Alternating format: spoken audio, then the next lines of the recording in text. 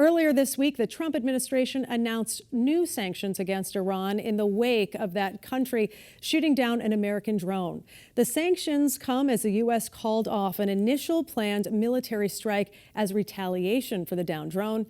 What do these new sanctions mean as tensions escalate between the U.S. and Iran?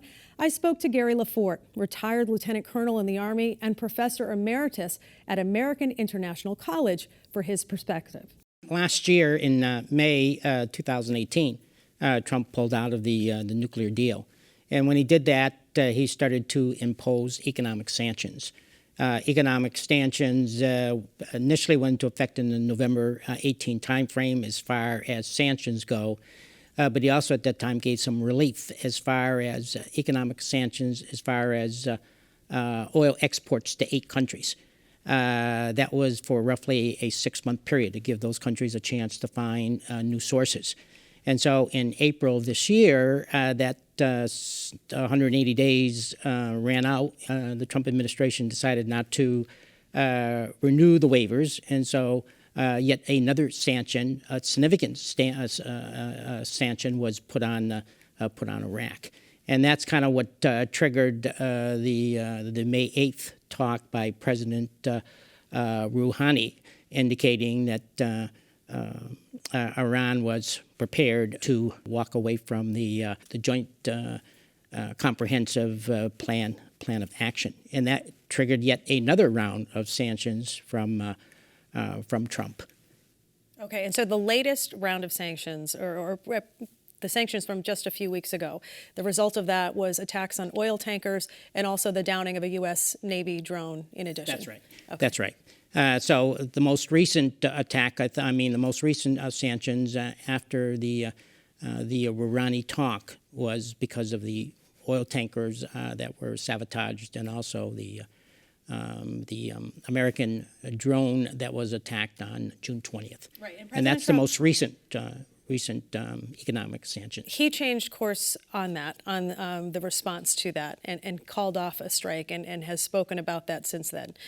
Just explain a little bit about what was going on with that. Yeah, basically the big question was, because it was an attack on an American military asset, did this call for some type of military action rather than an economic sanction or a cyber attack? Trump finally decided to go ahead based on military recommendations with a military attack.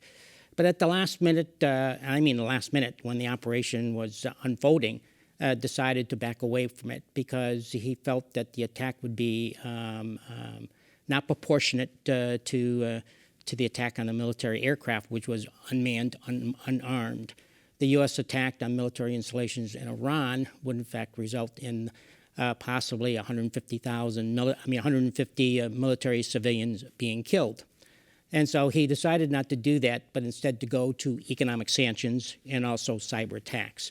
The economic sanctions were put on basically the Iranian leadership, the Ayatollah Khomeini himself, his government leadership, the military leadership, and key military personnel. There was also a cyber attack on the military installations and intelligence groups. He's taking heat from people in his own party who are more hawkish, that made the U.S. look weak. What's your response to that? I don't think so. I mean, attacks have to be, commensurate with, what happened. Think about Israel, for example. Israel's taken a lot of heat in the past because of attacks from Hamas, and they retaliated in kind, sometimes a much greater force because of the size of their force.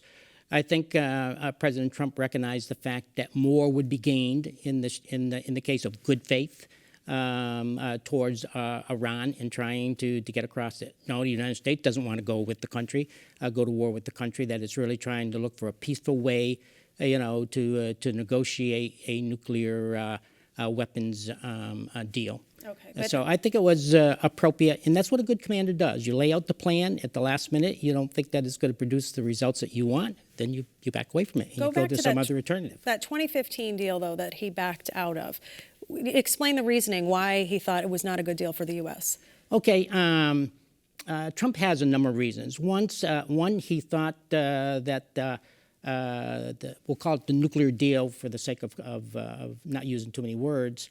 He basically saw it as being too narrow in scope, that after a 15-year period, Iran would be able to resume its nuclear power program, which could very, very easily lead to a nuclear weapon breakout. He also felt that the inspection verification criterias were not stringent enough.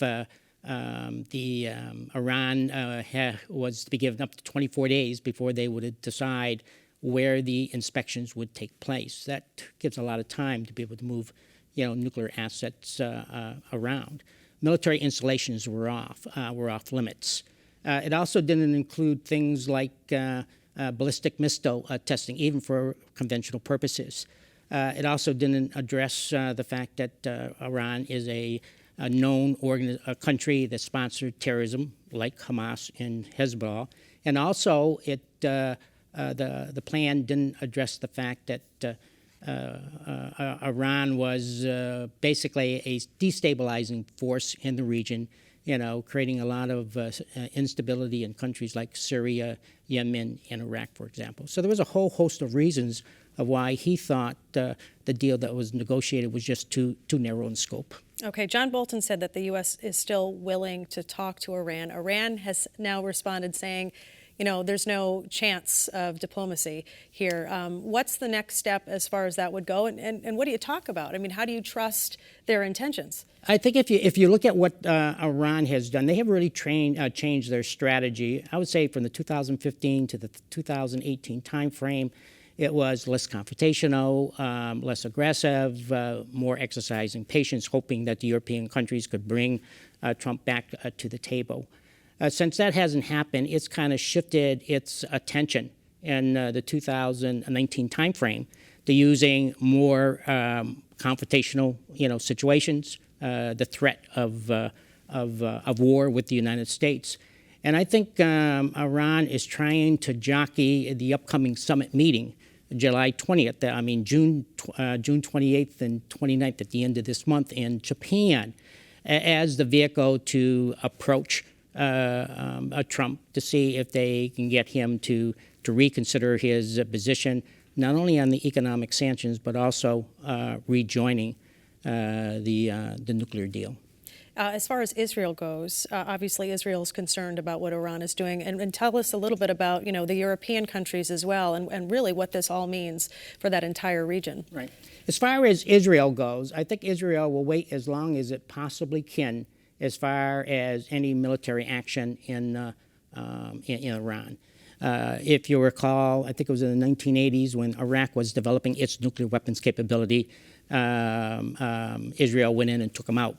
Much more difficult in the case of Iran because their facilities are more, embedded, harder to get to. But I think Israel will wait as long as it possibly can. When they feel that there is that danger, that they're on the verge of breakout, then they'll take whatever military action, covert or open, to preclude that from happening. As far as Europe goes, Europe, wants to stay in the deal. European countries like France, Germany, UK has a lot of business with Iran. They are also somewhat dependent on Iran as far as oil goes. With the end results, they'll do whatever they can to try to preserve the deal and get the United States back into it.